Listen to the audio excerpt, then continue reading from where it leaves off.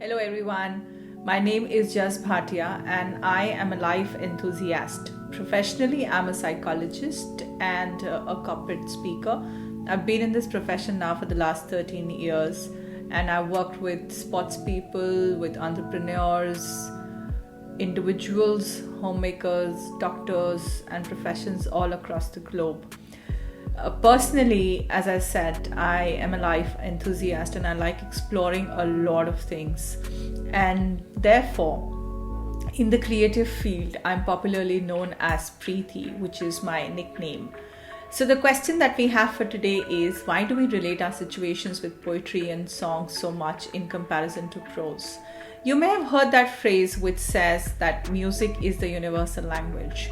I think rhythm is the universal language. So if you look at the structure of poetry and songs, both follow a certain rhythm to them.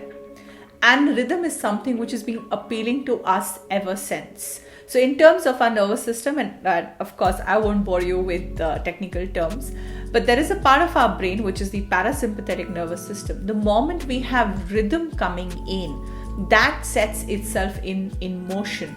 And the parasympathetic nervous system is something that takes care of the R square, which is rest and rejuvenate. So any kind of rhythm relaxes us completely. As far as songs are concerned, if you look at the origin of music, nobody's been able to date it back to a certain time, because the origin of music, I think, perhaps goes back before the advent of human beings as well.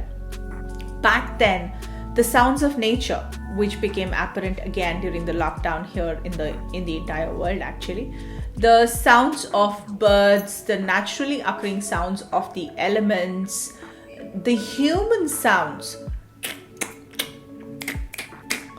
all of these sounds that we are able to create, there is music in that because there is a certain rhythm to that. So these sounds that humans can make and the sounds that exist in nature, our primordial brain, because the origin is that way backwards, loves music.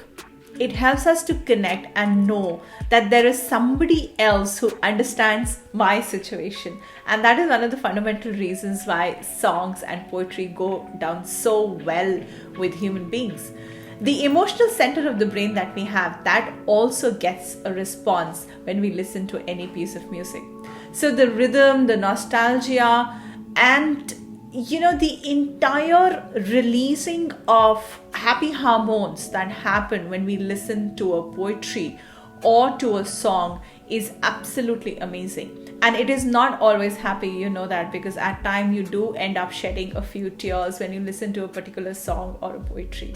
So, there is another characteristic that our brain has, which only became visible with the coming in of the neuroscience. And Dr. V.S. Ramachandran is the one responsible for this discovery. That is the nerve cells that we have, the neurons.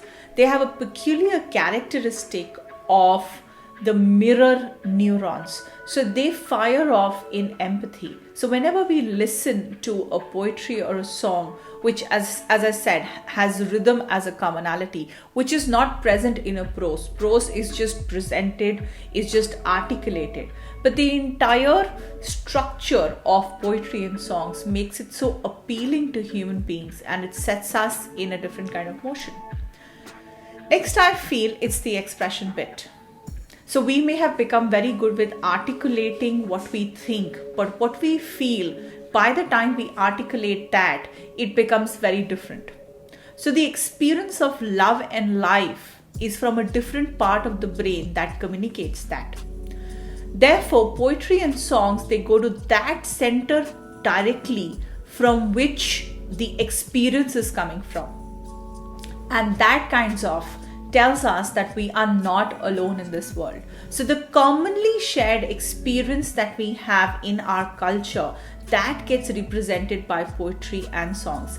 And that's why you will see that they have like an ageless appeal to it. So poetry written in the 21st century or back in the 17th century, if you understand it, you will definitely appreciate it, and it will be as valid to us in these times as it was 4 centuries ago.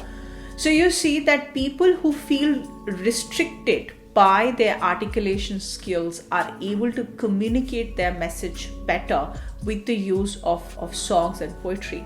That's why you see in the domain of romance or in the domain of devotion, this is something which has been extensively used. So one of the reasons for that is that. So if I were to summarize it, I think poetry and songs connects ourselves back to our personal experience, and it helps us connect to the world simultaneously. And this is the reason why they are more popular and help us relate to our situations than any other form of expression does. Thank you so much. Hope this helps. Bye.